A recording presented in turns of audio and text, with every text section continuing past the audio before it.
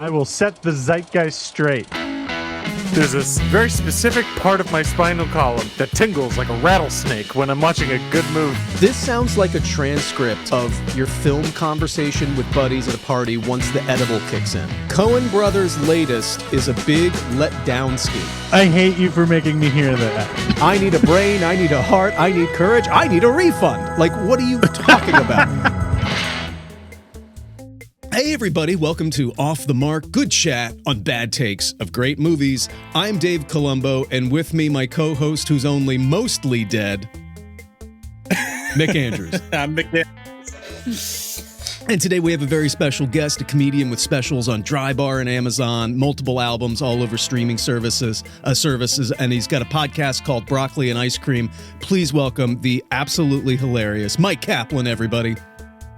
Thank you so much for having me. It's a pleasure. Okay, so on this fabulous show, we like to riff on the worst takes of the best movies ever made by reading reviews that really got it wrong. And today we are talking about, we say it every time because we only do good movies on this podcast, but The Princess Bride is everybody's childhood? Question mark? Yeah, gotta be, of a certain age. I was born in 1978. I saw the movie around when it came out, and must have been 85, give or take a year. And it became I felt like it was everyone's favorite movie by the time I saw it, like, that year. Like, everyone was just like, yeah, this movie, it's so beloved. I've been thinking about why it sticks with people so much, and what I came up with, because I rewatched it for this episode, and it is the first deconstruction of an established form that I feel like before everything became a deconstruction, it's baby's first, like, oh, you think you know what fairy tales are, let me blow that up. And even when you're 5, you know enough of history of fairy tales to feel like, oh wait, they're interrupting in the middle of it. Oh wait, they're not all talking in British accents, and it's going in a direction that I wouldn't have expected. And so it was this beautifully crafted deconstruction before that. It's like the multiverse now, where everything is multiverse. What a great point that I didn't realize. In part because, like, I love stuff like that. I love, like, self-referential things. Like, I like when things are good. If something's good and simple and straight ahead, I'm happy to enjoy that. But when something's good and, like, meta, like the first good thing that does that, I'm like, I really, like, I love comedy that references itself, like your Nick Vatterotts or, I don't know, John Doerr, and just, weird, like, absurd stuff that, like, really knows what it's doing and analyzes itself and thinks about it and comments on the form of itself in the form of what it's doing.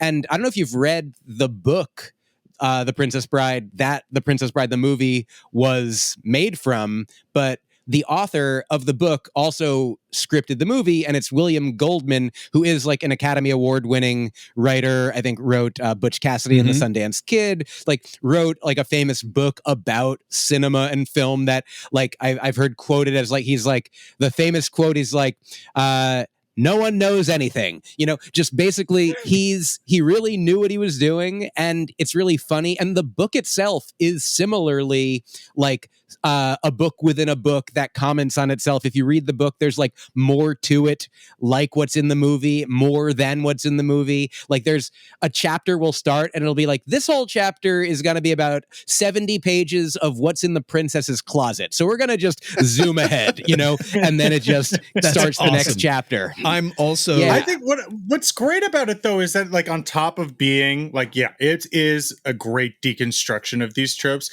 but the characters themselves are also, like, some of the best executions of those tropes in any movie. Like, in any, like, we can get into all of the details as we go, but, like, in any other movie, the lovable oaf is dumb, but in this, he's a poet. Like, that's beautiful and fun. And, like, the character, you can watch this movie on the level of like this meta level of breaking it down, where you as the viewer are the kid, and like, oh, it's gross, it's getting sappy, and they're kissing, and like you pull out in the same way he does at those gross moments. But you can also, like, it has so much heart that you can also just enjoy that it's just a well executed kind of fantasy story. Yeah, too. it reminds me a lot of The Simpsons, where it's like, if you get the parody, great. If you don't, it's still a perfectly crafted joke. It's still great. Yeah, exactly. Yeah, like the Muppets, like, hey, dancing, singing socks, man, that's really cool. Oh, they're saying fun, cool, clever stuff too. Also, I never thought about this, but you know, the characters have like real arcs. They shift and change. Like, you know, the characters we meet in the beginning as villainous, like, aren't villainous through and through the entire time. Like, they have human backstories. Like, yeah, there is like a villainous character who does not repent, but a lot of them do, and that's pretty cool. And importantly, like, though, to your point, they don't kill him the way they do in every other movie. They just go, you live a long life of sadness. That's his punishment. But also, not only do they not kill him, Peter Falk interrupts the movie before that's certain to tell us, the audience, yeah, no, he's gonna live. It's like, it's still 20 minutes before that happens in the plot. But Peter Falk specifically is like, no, he lives. It's letting you know. It's like pre-Pulp Fiction, like Quentin Tarantino, like time shifting, being like, yeah, in the end, it's gonna be this, and you're like, what? But how am I gonna? And you're gonna like it. You know what I mean? You'll know it happens already, and you'll still enjoy it. Don't worry. And Myq, you need to know, I'm totally there with you with the meta thing. Mick and I were in a sketch group together, and every sketch, I'd be like, what if they just start looking at the camera? And they're terrified because they realize they're in a sketch, and it's like, we can't do that for every sketch, Dave. And most of our sketches were deconstructions of sketches. We don't know how to end Act 3, so why don't we make Act 3 that they don't know how to end Act 3? So thanks for coming out. You can't make a sketch group for sketch groups. That doesn't. the comedian's comedian, the sketch's sketch. You're the sketcher's sketch group. At the end, there's just the name of your group comes down, and it's the look at the camera boys. Writer's block, the sketch group. You know. No, so I was looking at the. Going through the movie, when was the moment when you said that, like, one of the big brutish oaf is a poet? That was, and I want to ask you guys, when did you know, when you first watched, or can you remember when you first watched Princess Bride, when you realized this was going to be something special? For me, it was when Andre the Giant says, "Anybody want a peanut?" That's when I realized that this movie was not going to apply to the conventions of kind of pacing and expectation, because it's implying that the whole time. But then by that moment, it's still early in the movie, but anybody want a peanut? I'm like, okay, all right, this is going to be something very special. Yeah, that's a really nice moment. I mean, there's so many, like, if I had to say, which you are putting me on the spot with this gentle softball interview question that I could refuse to answer, throw down my mic, and storm out of my own living room from which I'm recording this comfortably. But I think for me, that moment is I'm not left-handed either. Yeah. Like, in that fight scene where, I mean, it happens once and you're like, oh no. And then how did it just happened and they got me again. They fool me twice, joy on me. Yeah. You're watching a magic trick that's unfolding, and you think now you're in on it. And no, there's more. Also, in that fight scene, as a kid, I like both the people in a sword fight. Like, I neither one of them I want to die, which was a to new that point. I was going to say me, it's in that same fight. The line was, "You seem like a decent person. I hate to kill you. You seem like a decent person too. I hate to die." Yeah. I was like, oh, this is fun. Oh, like, I mean, Mandy Patinkin, like, surely that was the first I had ever seen him, or, you know, and hardly even had heard of him. Like, what's a Mandy Patinkin? But then to see how beloved, you know, he would become. I mean, so many people from that movie, Wallace Shawn as well, like, just as character actors, as, you know, titans of drama and comedy and cinema. That's another great line. Like, I mean, the writer William Goldman is funny. Yeah, it's funny. It's so funny. That and you keep on using that word. I do not think it means what you think it means. I was just like, these characters.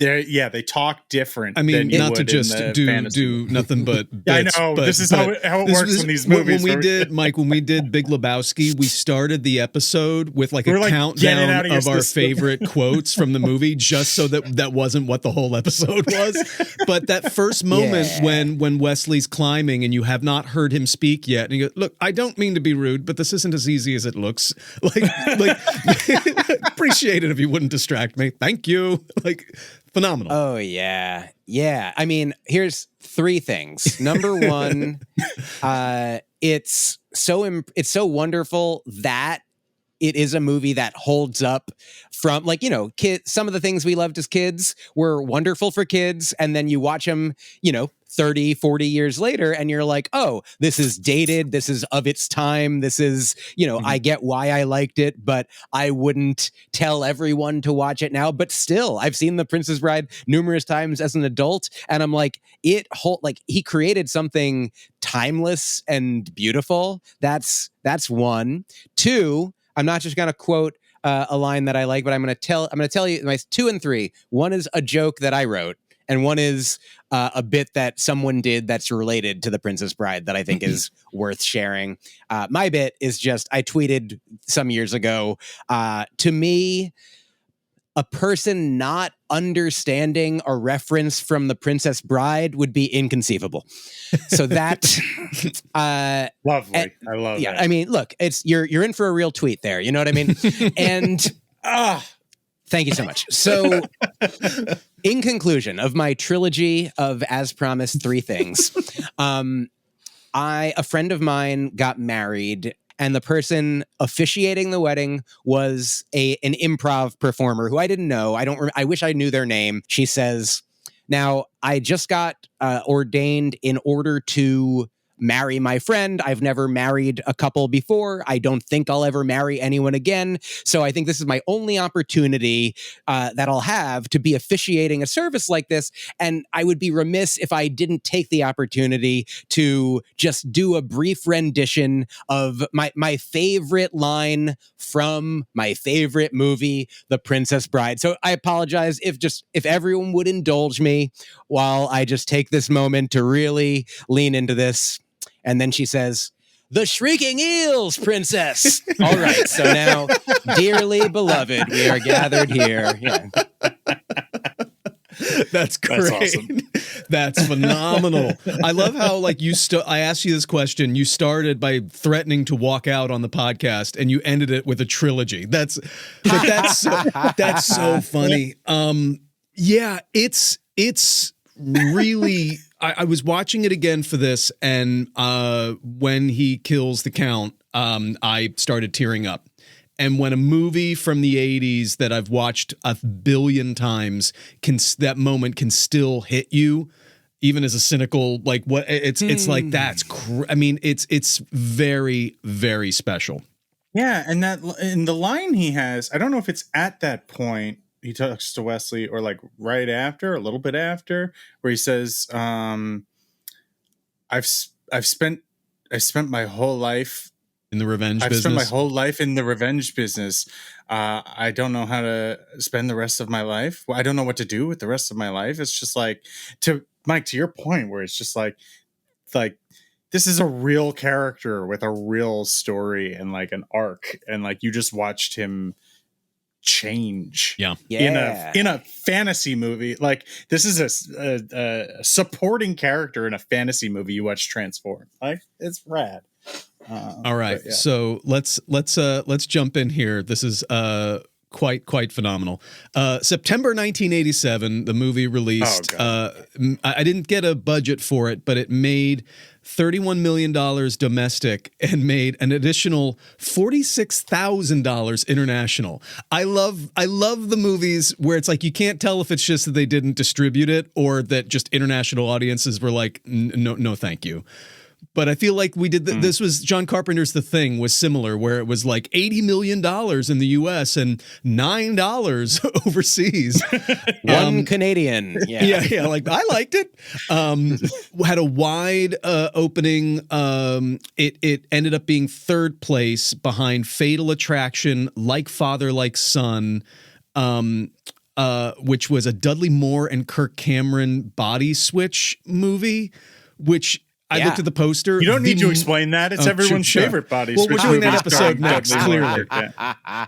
So this is an interesting review that we were about to read here, because this is, look, I don't want to suggest that this needs to become a political thing or that we need to talk politics, but this is a review from the National Review, February 2024, by a very angry conservative. And Ruh-roh.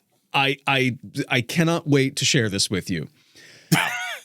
So hop in, interrupt whenever. This can really, truly, this can go any way. Yep. I have no idea. I'm just curious, why did they review it then? Right, because it's one of these things where like every now and then there'll be a review, because I understand in 1985 you didn't know that you know Die Hard was going to be what it was. Like I understand you, whatever. But like when people like do like a review 20, 30 years later and they're like, no, they're wrong. Everybody is wrong. That blows my mind. But here we go. Rob Reiner's 1987 film, The Princess Bride, a fantasy of ethnic rivalry and revenge set in the Middle Ages, is often mentioned fondly when Republican pundits stretch to I'm going to make need to stop you. Did you just say ethnic rivalry? Did you say ethnic rivalry? Yeah, yes, I did. Yes, I did. We all know that that's, of Florin course, and like Gilder. on the nose. Yeah. Yeah. The ethnicities. Rivalry. Do you think that was an editor who was like surely this is what they meant. This is what we always talk about. I don't know. Ethnic rivalries. Honestly, of all the weird things in this review, that one actually, I breezed over that and didn't even notice that until just this moment. But you're absolutely right. Okay. The movie is often mentioned fondly when Republican pundits stretch to make pop culture references, a desperate ploy in the culture wars that Democrats dominate. What? So first of all, let's recap. Republicans are well known for quoting The Princess Bride publicly, which is weak in an era in 2024 where Democrats are dominating the culture war. Was this from April Fool's Day? Like, sincerely, like, everything about it is backwards. Right. Like, I think we broke Mike. oh wait, no, First look, paragraph. 2024. First paragraph. That's when, maybe it was during the time when Kamala Harris was running for office in those, those 100 days or so, where the Democrats were like, "We're really doing it." And I guess Republicans were saying, "You're running her? Inconceivable." I guess, because there's no other explanation there. We made sense of that first paragraph. Okay, yes. Here we go. Okay. And the Republicans are going, Indigo, I hope we win. The Princess Bride is very like... Can I just really quick? I love the idea. I just love the idea of a Republican writer going like, you guys just quote it because you're fake fans. Right. You're just fake fucking... Yeah. You only pretend to like it because you're fake fucking fans. So... You'll see in this that what he's setting up here is that Republicans are wrong for their love and adoration for this movie, and it's sandwiched at the beginning and the end that like that's the point of this. Usually it's should you go see this movie, but this is definitely more like, hey, Republicans, stop quoting Princess Bride. Maybe they went back in time and achieved this person's goal, because I would truly love to see any example. I'm sure they exist. I'm sure this person didn't make up that Republicans have ever quoted The Princess Bride. Yeah, you guys are familiar with the Streisand effect, I imagine. Yeah. Like, I can't imagine that this is making people talk about The Princess Bride less. In fact, we're talking about it. I mean, not that we're the target demographic of his plea, but okay, here we go. Okay, The Princess please. Bride is very like a Reiner tweet, sloppily constructed and so illogical that it must surely be a joke, even though it lacks wit.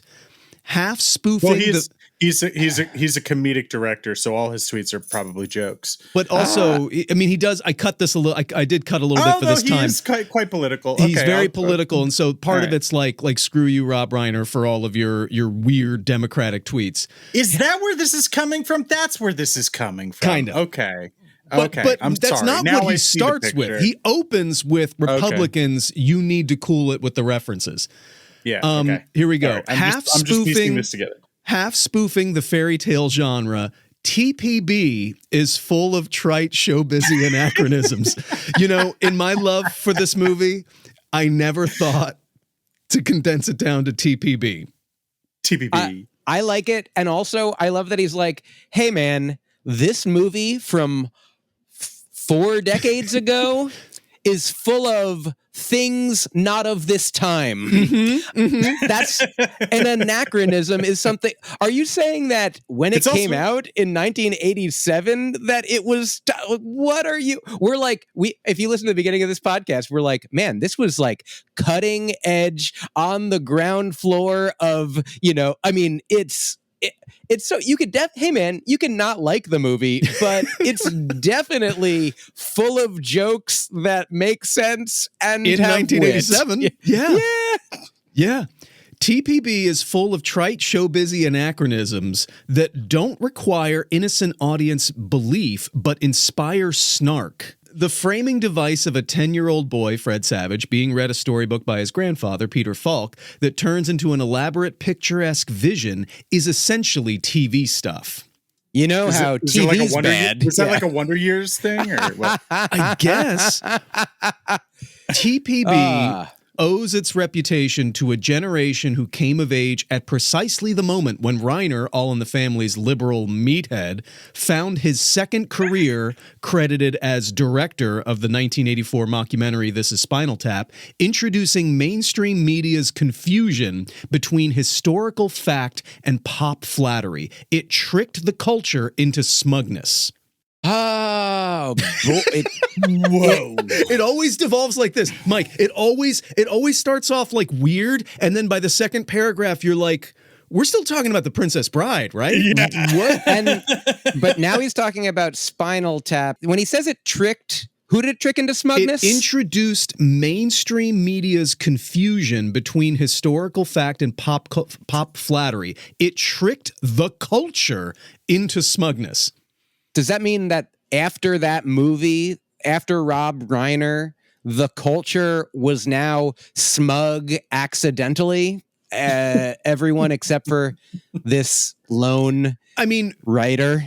But keep in mind, the previous 2 paragraphs are the smuggest thing I've ever read in my life. And yet he's saying now, like, it was specifically Spinal Tap that tricked culture into smugness. I'm like, dude, you should go back and work on the first 2 paragraphs here, dude. Well, I mean, Dave, I completely agree with you. And here's the thing. This man, if we listen to what I just said a moment ago, I realize I was mistaken. This man was not exempt from culture's trickery into smugness. He was caught up in the very wave that he now bemoans, and yet he would be the first to admit the seeming hypocrisy there. He's like, I wish that everyone didn't become smug. I myself don't want to be smug, but I have no choice because Rob Reiner and Spinal Tap and his whole career tricked me into being this way. Can't you see? Help me. If it weren't for Spinal Tap, this would have been a much easier read so far. Can I Can I also just point out, I don't know anyone who watched Spinal Tap as though it were historical. No. Nor did it trick culture. Who ever saw that as though it were a hit? Like, who saw that and thought Nigel Tufnell was a real human being? Yeah. You know what movie, the only movie that for a little while this almost happened with is like the Blair Witch Project. That one, for a little while, the marketing was really good. And they were like, wait, did they find this in the woods? Is that real? And then they're like, no, nobody found anything in the woods. And we're like, okay, we got it. But yeah, actually, certainly. Yeah. Horror movies are really good at that. Paranormal Activity, I remember that one was kind of a thing. It blurred that line a little bit. But no one watched Spinal Tap and was like, oh, the guy who played Mr. Green in Clue was in a metal band before that? Oh, wait, weird. why doesn't he have the same name as the other time that I saw him? Right. That's so weird. Also, it's really funny. like there's something about the conservative to like give way more credit than it's due. Like, look, I love Spinal Tap. It didn't trick an entire culture. The like that's so, it's giving it so much credit. Like, it was this touchstone of Americana that we're still feeling today. He's writing this in 2024 and he's talking about in a review for Princess Bride referencing an earlier movie that half of the people reading it probably are like, oh yeah. This guy really turned the smugness up to 11. Well,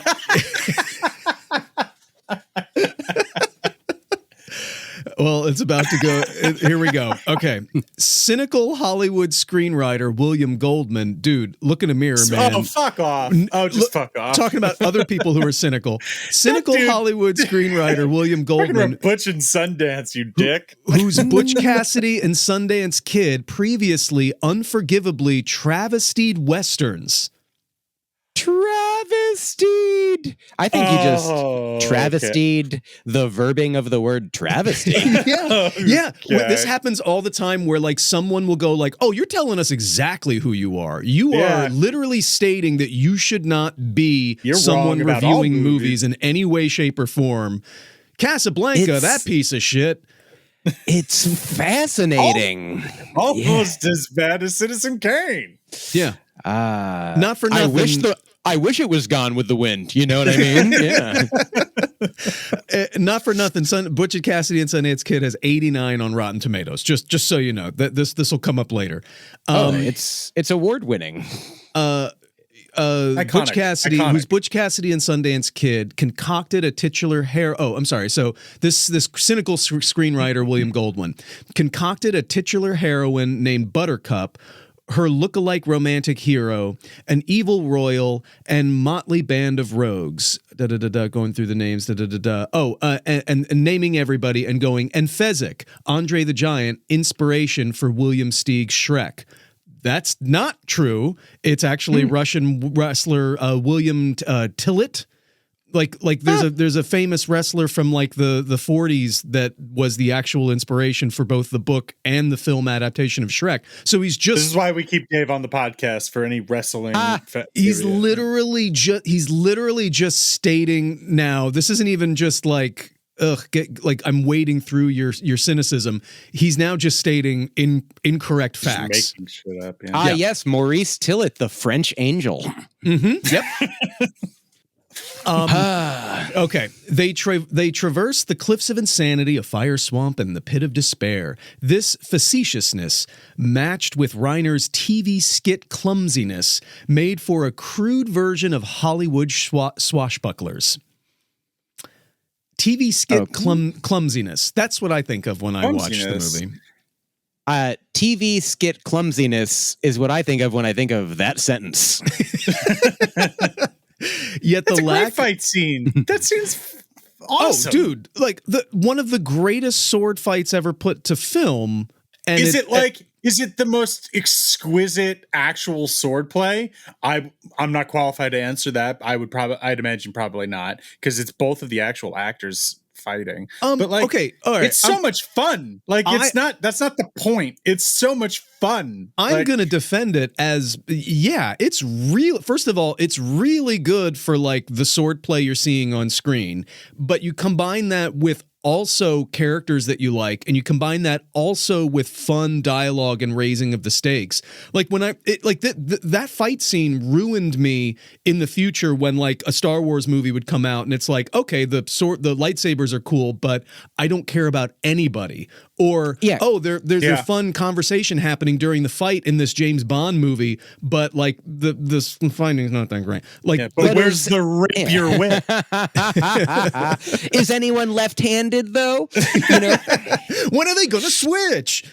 Yeah, man, I want to see reviews by this guy for every movie. Be like, Mission Impossible. Actually, they did accomplish the mission, so it was not impossible. Checkmate, libs.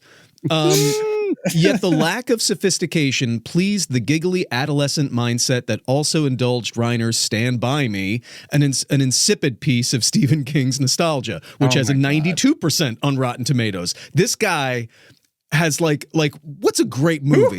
Who hurt you? Who hurt you, dude? I feel like there's this, like, it seems like this guy, when you do comedy, but when I do comedy, like, obviously the end goal is the audience laughing, but you can't start from the audience laughing. You have to start from the idea of like what is meaningful and funny and unique and interesting to you, to the comedian, and then you get it out there and you shape it, and eventually it ends. He started with his conclusion, this guy. Mm-hmm. He started with the end, and he's like, everything is going to support my, like, Rob Reiner is bad. Rob Reiner is bad and dumb and not funny, and I don't like him. So anything that he has done, be they a tweet or a beloved movie created out of a beloved book, or any number of those things.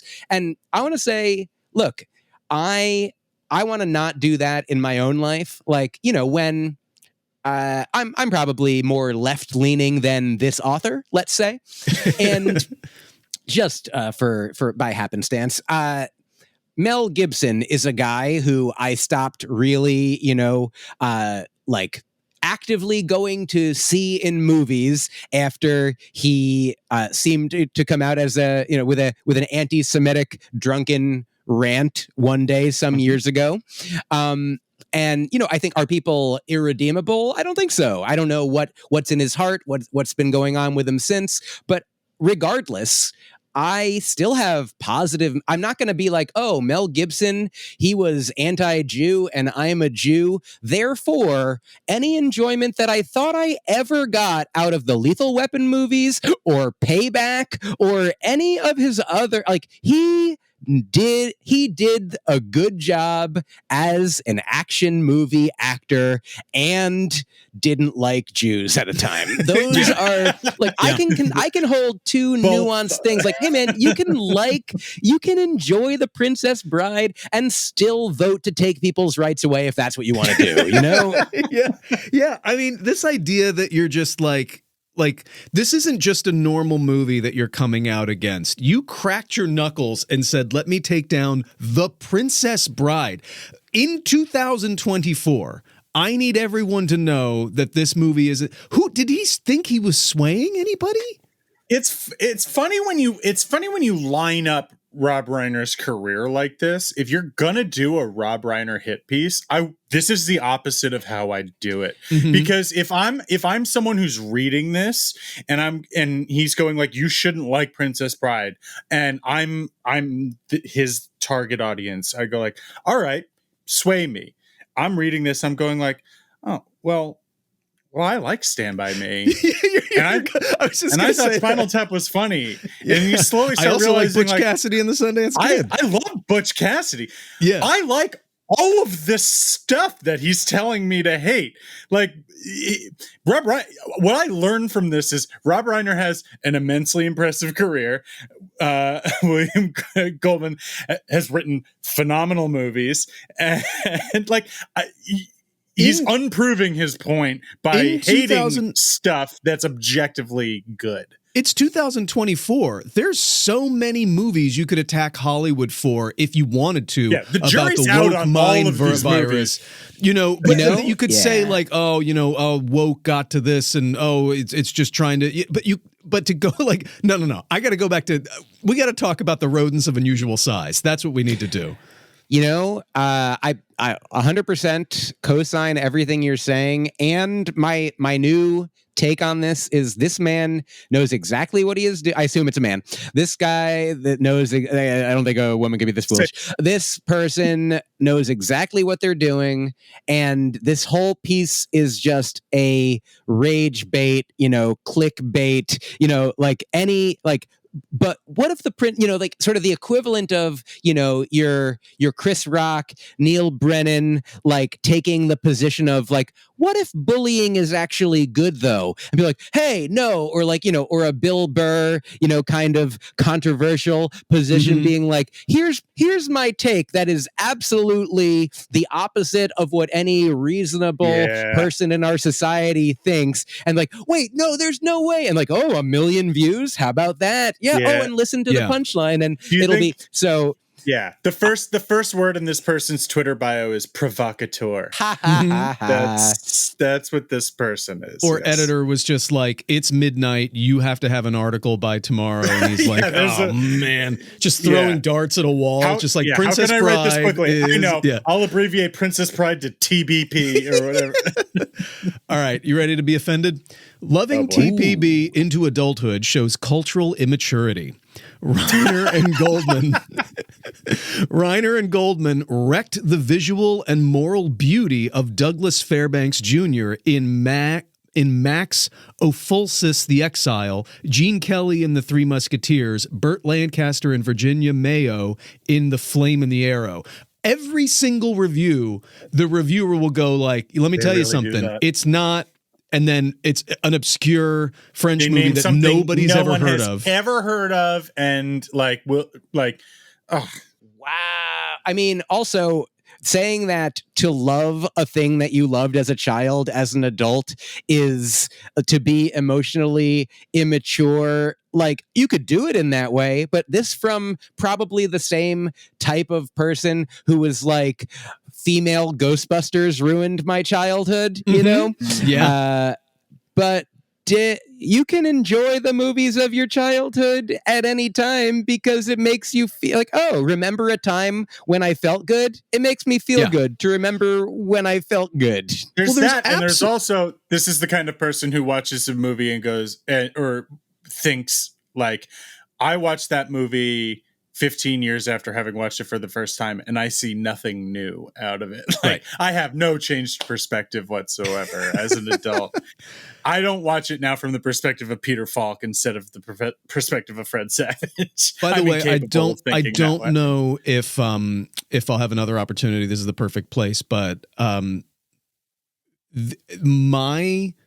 my affinity for Peter Falk at the end of this movie, I have become him. I leave every room checking my pockets, going, okay. And then at every party, if I'm at a party, I your just name's would go, literally Columbo. It is literally Columbo. I'll go, well, so long, and just shuffle out the door. And I'm just waiting, because when I was younger, I identified with Fred Savage. Now I identify with Peter Falk. I'm just waiting for the part where I start to identify with the Mad King. She kissed me. That's the next step. Delightful. Now, decades later, TPB is notable for its lack of moral certainty, sarcastic love scenes, cartoonish sword fights, pratfalls and medieval torture, and verbal nonsense. Sean repeats, it's inconceivable to cover up the insufferable. I mean... Didn't he just say, don't quote this? Didn't he just say, don't quote this? Yeah, I think so. The moral uncertainty, I think if nothing else, like moral certainty, like the good guys don't kill the villain, we already covered. Like love wins, like love is the most important thing, like the people being there for each other, like revenge it's not really leaves you gray. feeling empty, like even the dread pirate Roberts who says they're going to kill you every night or every day. I'm going to kill you. Maybe I'll kill you in the morning. Doesn't do that, and in fact lives on. Every character that you think is dead or does become dead comes back to life, like demonstrate like this. I mean, I don't want to say the movie's pro-life, but the movie is definitely a celebration of life and love and kindness, and like, if not moral certainty, what I really would want to know, what is he talking about? But this is what's hilarious, and this happens all the time, is that like we're 1, 2, 3, 4, 5, 6 paragraphs in, and he's finally getting into logistically what his problems with the movie are, but he's just listing them. And now he's going to go back into his abstract rant. But like, this is all you get. The number of times we'll read a review where we're like, you gave us a little morsel of how you feel about it. Defend that. Say what you want about the YouTube, video essays that are 5 hours long deconstructing the Star Wars prequels, but at least they focus on specifics. Why is the sword fight cartoonish? Why is it pratfalls and medieval torture verbal nonsense? You mean dialogue? Defend yourself. You can't just state it's verbal nonsense. Write it better then. Write something better than the joke, never get involved in a land war in Asia. Write something better than that. Or shut up. Yeah. To Mike's point though, when Dave said this review is, he texted me earlier. He said this one's a humdinger. And I sent him like 3 full phone screens of of a response being like, it fucking better not be, because who hates this movie? I'll summarize them. Actually, to steal a line from the movie is, let me explain. Actually, there's no time. Let me sum up. I said, like, this movie is just what it does so well is that there's so much heart. Like, it's pure. Like, it's just genuine. All of it's just genuine. There's no cynicism in this movie at all. And it always seems to me that was kind of what, like, at least these kind of conservative writers always seem like they're looking for. And now that they have it, it sounds like they don't want it. I don't know. They don't want it from Rob Reiner. They don't want it from they don't want it from that jerk. I don't know. It's weird.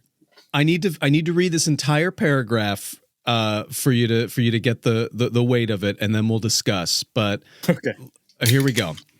What's unacceptable about this threadbare fantasy is its contemporary irrelevance. Reiner and Goldman betray the instructional tradition that fables and legends pass on. Instead, there's a coincidental giveaway, a political warning, when Elwes explains his black mask disguise. Quote, I think they're terribly comfortable. I think everyone will be wearing them in the future, end quote. It fits liberal Hollywood's support of COVID obedience masks all too well. It's on his fucking eyes. It's two very different reactions mixed immediately. Like, logistically, it doesn't make sense, and Mike just wails. It's on his eyeballs. It's on his eyeballs. It's on his eyeballs, you idiot. It makes no sense. So Rob Reiner in 1987 knew COVID was going to happen and decided to make a political stance. Well, of course he did. He's part of the liberal elite. He was planning it. Right. Knew it was going to happen. That's why they re-released the movie, to get that line out to the masses.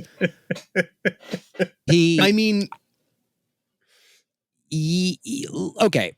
I mean, like, let me say this. This is the point at which I think if he didn't add this weird political like analysis to it, like the idea that this guy who's a good guy, like, you know, the character, the man in black, is a good guy. I mean, part of the whole thing is usually bad guys wear black. And usually bad guys wear masks like that. He looks like a bad guy. He's, you know, at the time when we meet him, we don't know that he is the good guy. We're like, oh, everybody's bad. He's trying to steal them. Everybody, like, and then when we find out, oh, he's actually good. He's the good guy. He's the guy we knew. He's the hero. And they're like, well, then why was he wearing this mask? I mean, and then he was, okay, the Dread Pirate Roberts, or he was on that ship. He was like living as a pirate with a pirate. You gotta, when in Rome, you gotta wear the outfit. You gotta do the thing. You gotta go along. Like, I do think that his answer of why the mask is like, I think everyone's gonna be wearing them in the future. Like that is the only thing that I would say it doesn't make tons of sense. It doesn't, that's not the greatest line of the movie. And if he wanted to hone in on that line and be like, what are you talking about? What do you mean? You think people are going to be wearing black masks are going to be fashionable? Like, but it's at worst neutral. Like, it's not bad. It's not dumb. Yeah. At very worst, it's like, oh, sure. I mean, because I feel like the black mask and outfit was like a tool of misdirection for us and for the characters. And now they just need some way out of it. Like, oh, yeah. Just a joke. It gets you out of the trick you needed. Yeah. Yes. Yeah, I was just kidding everybody. You just got to kind of like write yourself out of that hole with a little quip, and everybody goes, "Oh, all right." And you live your life. Yeah, you painted yourself into a corner. Then you're like, "Hey, what if I painted a door on this wall? Then open the door and head right on out." Hey, doors don't actually work like that. Oh, it's a movie. It's very silly. Don't worry about it. Don't worry about it. Yeah. Shut up. I mean, but also, I feel like the whiplash of the end. Remember the beginning of this paragraph. What's unacceptable about this threadbare fantasy is its contemporary irrelevance. Reiner and Goldman betray the instructional tradition that fables and legends pass on. So you don't know what a deconstruction is, first of all. Wow. And also, like... Yeah, that's what that means, yeah. There's a lot of fairy tales... fairy tales aren't fables. Like, they're absolutely, I mean, like there's a relationship. There's like, I don't know if you guys have read the comic series Fables. It's fantastic. And the Fable characters, some of them are fairy tale characters. Like, so there's an overlap. I'm not saying they're, it's mutually exclusive, but like the tortoise and the hare, slow and steady wins the race. That's a fable. It has a moral. It's instructive. Snow White and the Seven Dwarves, does it have a moral? The Sleeping Beauty, does it have a moral? Like Beauty and the Beast, like does any, like I'm sincerely asking, I'm willing to be demonstrated like that they're not like didactic. They're not teaching you. Yeah, that's a good point. They're not morality tales. I mean, this one, we said, this does have like morality to it. I think he's wrong about this. Like, this is what a wonderful way to live if you were going to live by, the methods and actions of the characters in the heroes in The Princess Bride. Absolutely. But it's so weird for him to also say it's irrelevant and absolutely discusses what's going on in today's political scenario. Like, it doesn't, the words aren't wording, Failing to create a great moral tale, Reiner pitches his own self-satisfied obnoxiousness. Oh, for fuck's sake. Contemporary conservative politicians so often seem unable to differentiate themselves from the morally insupportable positions of leftists.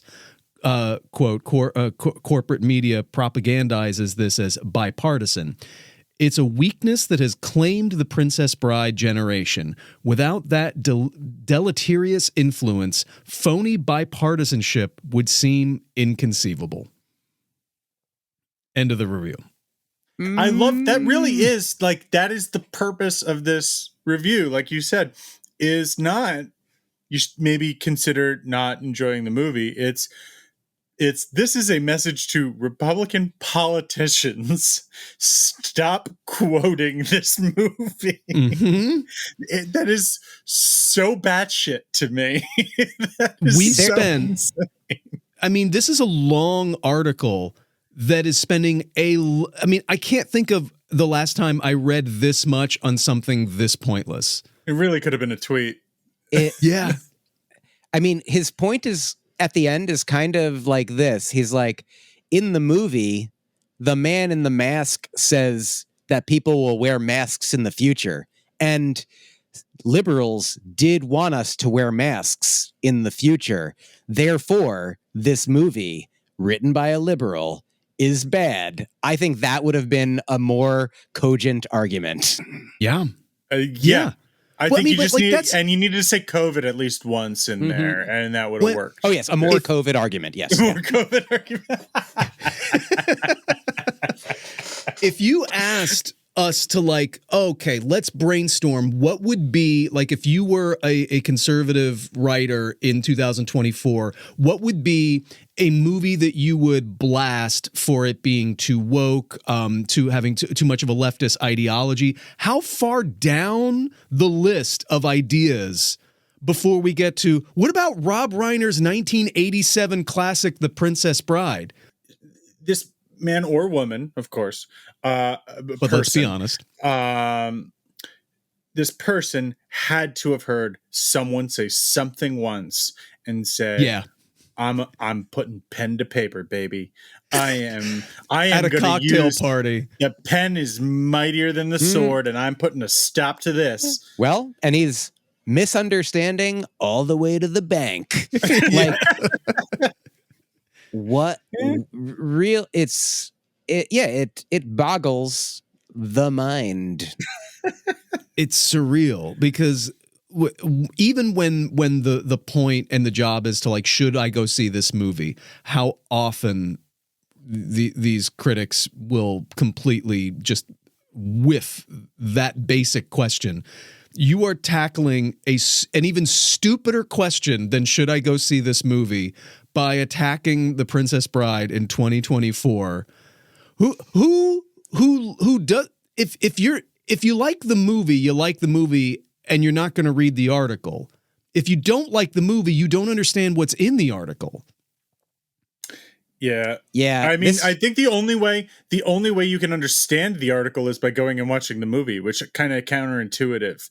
Right. And then you go watch the movie and you're like, that's better than I remember it. And actually, watching the movie, it's endlessly quotable, and it's like they're brainworms.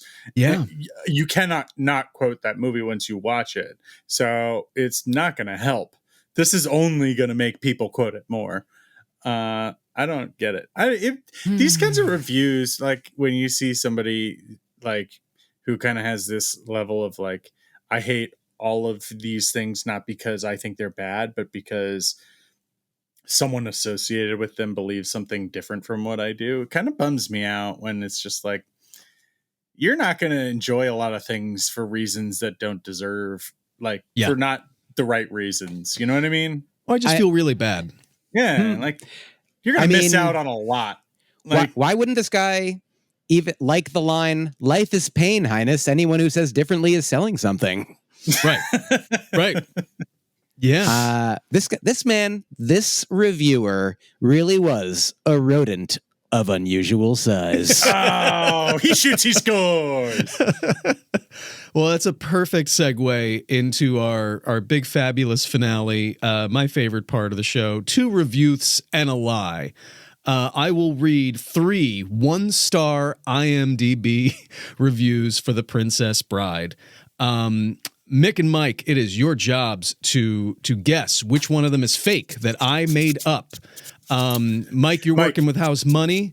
But Mick, if you get the answer correct of which one I made, I will copy and paste it on Rotten Tomatoes as my own review for the movie. Thing about me, Mike, thing you should know, I'm a bloodhound, baby. I sniff these. We've gotten really heady with these now. Okay, and are we working separately together? How does it? We each You make go our own. You go I'll first. read- We'll work I'll- separately, but we talk. We obviously there's Great. no. I'll read each review. We can we'll talk read all about 3 it, reviews. and then Okay. once we're done, you guys can strategize and Yeah. decide what you want. We Ready. can agree. We can but yeah. 1-star review number 1. I lump this film right up there with Titanic as the most overrated film of all times. You put a cheesy romantic love story in the middle of a medieval forest and stick a few funny one-liners in there, and suddenly you've got a classic? I don't buy it. I don't think this movie is terrible like I thought Titanic was. Okay. but I don't think it was all that great either. I'm just thankful that there are people around with sense who don't buy into every bit of syrupy, sappy love stories Hollywood serves up. I give the movie about a 6 out of 10. I might have given it a 7, but the fact that it's in the top 100 of all times made me feel otherwise. Now, just real That's review quick, number this 1. is a 1-star review It's a that the person 1-star would give review. 6 or 7 out of 10. Starts it with going like, I lump this up there with Titanic as the most overrated film of all times, but then later goes, it's not as bad as Titanic. Not so as like bad as Titanic. literally, okay, yeah. Yeah. That's review number 1. And then says 6 might have given it a 7 out of 10. Yeah. Okay. Review number 2. This is just an absolutely terrible movie. Can't understand how anyone who is 25 years or older could possibly have liked this movie. For me, I always liked Andre the Giant and was happy to see him in this film, but the rest of the characters were not believable and it actually looked like they were acting. It was as if you were auditioning for a part but weren't. The only part I liked was the line, quote, "You killed my father, prepared to die. Overall, it wasn't very entertaining at all." There's no end quote. So suggests that the only part they liked was the line, "You killed my father, prepared to die. Overall, it wasn't very entertaining at all." Review number 2. And finally, review number 3, which has my favorite spelling error in the history of doing the show. I never thought I would write a review, but after watching this with my girlfriend, I ran right to my computer. Don't waste your time unless you want to hear cheesy music, cheesy acting, cheesy dialogue, and a plot that, to be frank, should never have made it to the screen. The leads have no chemistry.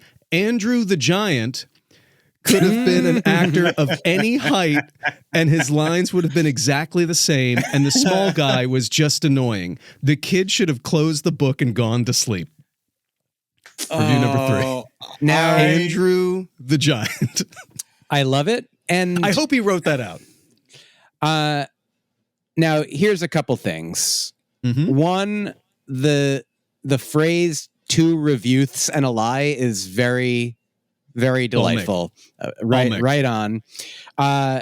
2, so my understanding is that you, Dave, created one of these. You wrote one of these that you just read. Mm-hmm. So you read all 3 of them to us. 2 of them that you didn't write. 1 of them that you did write. I'm supposed to identify the one that you did write. And now I haven't listened to many of your shows, so I don't know if you are trying to do a good job at tricking me into reading one that you actually did write as though it was one that you didn't write. So, Mike, what's happened? What you've stumbled upon is an issue here. We tried to create a stakes in the game, which is if we figure each other's review out, we have to post it on Rotten Tomatoes as if it's our own. We don't want to do that anymore. So if you we've go started on Rotten making Tomatoes, so we've started writing them worse and worse to match the actual reviews. Not funny, just actually bad. It's like writing with your left hand in order to disguise your handwriting is kind of how we've been doing it. But we write with each other So like we were at the beginning, we were able to recognize each other's immediately. So there are a lot of bad we had to reviews on dumb it Rotten down Tomatoes. because I would like to avoid, if you go on Rotten Tomatoes and search my name and search reviews, apparently I hated Royal Tenenbaums. Apparently I didn't understand the birdcage. It's like, oh man, like that's got my name. It's like my face, like, hey, it's just like, oh God. And it's interesting because the typo of Andrew the Giant, if it was the one that I know. you yourself This is had what we do now. written, These are real subtle, like red herrings. Like, Yeah, it's become. is it time for me to guess? By all means, and Dave will reread any you want to hear again. No, or you may have taken me in, but if so, bravo. I believe that you wrote the second one. Okay. Second I want one. it. Nick, what do you think? I want to live in a world where Andrew the Giant is a real person. I want to meet Andrew. I'm going to go with number 1. I just love the idea. No, If it's number 1, I want to say like you did a really good job doing a dramatic reading as though you weren't the person who had written it. You got number me. 1. See, here's the thing. Number 1's my favorite. Number one's my favorite because it's the changing of the mind in the middle of it. It's the worst movie ever. 6 out of 10 is. I have never seen that before. 1 star, but 6 out of 10. I mean, I might have given it a 7. For me, it's perfect either way, because either you created it and you made a good bit of comedy, or somebody really did it. It's that's real. Really, or that's it's a real beautiful. Human. No matter what. A real what. human walks the earth with that thought in their head. I'm gonna go with Myq. I'm gonna go with number 2. Number 2. Yeah. I wrote number 3. Oh! Wow. Andrew the Giant is a lie. Yes, it is. So devastating. Somebody really said in number 2, it was as if they were acting. Yes. Yeah. Somebody wrote, it's as if they were auditioning for a part, but weren't. Auditioning for a part. Wow. Well, yeah. I think that was a really fun way for that to go.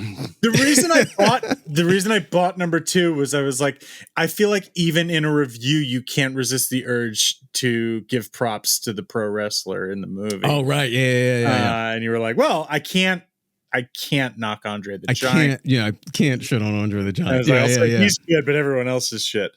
Oh my God. Oh man. Good cracked work. Me up. Well played. That was buddy. fun. Well When if you go and listen to the earlier episodes when we first started doing this, it's so clear because both Mick and I like write with with a flourish. And so it's so clear which one is like, I didn't like Die Hard. Die Hard is stupid. And then when it's like, I don't pretend that the inaccuracies of the Die Hard. And I'm like, Nick, I'm improvement on set design. I'm going to guess that's the one you wrote. And like, oh man, how'd you guess? But this has gotten a lot of fun. This has been an absolute blast. Go watch the movie, for the love of God, if you haven't seen it in a while. Don't listen. We always have to say, don't listen to this review. I know this probably turned your mind on it, but like, seriously, it's a good movie. It's got some issues, clearly, but it's still really good. What do you think, Myq? Did this change your mind? Did this review sway you? I mean, here's the thoughts that I have, that under certain circumstances, bipartisan cooperation is desirable, and but on others, I'd say no. So yeah, there's some things that I do agree with in this review, but most of the things I do not. It did not. I still like the movie, and I liked it as a child. But who knows? Maybe I'm emotionally immature. That's all. Apparently, that's amazing. Myq, where can everybody find you? Thank you for having me. Thank you for asking. Myq Kaplan is my name, and the spelling of it is weird. It's MyQ Kaplan, at Myq Kaplan on all social media, MyqKaplan.com. My newsletter is MyqKaplan.substack.com. I've got a podcast you mentioned. Thank you. Broccoli and Ice Cream is its name. I have a special on Amazon, a special on Dry Bar, a new special coming out later this year called Reenie, and a bunch of albums streaming on the various platforms. And you can, put Myq Kaplan in wherever you want to find it, and you'll find the stuff. You're good at internet. Thank you. Nice. Yeah, it's gotten a lot easier. Hasn't it gotten a lot easier to just kind of be like, just Google it? Like, I don't need to tell you on Instagram. Come see me perform at the places I am. Oh yeah, I think another punchup.live/Myq Kaplan is a great place to find out where I'm performing near you, hopefully. Awesome. Please like, share, subscribe to the show. Send us your 1-star review for Princess Bride. We'll read it out on the show. This has been an absolute blast. Until next time, I've been Dave. I'm Mick. And have a wonderful night. And my father's fine. I just want to end with a quote, but I don't know if I like the movie anymore. Ha ha. The Princess Buttercup. Have a good night, everybody.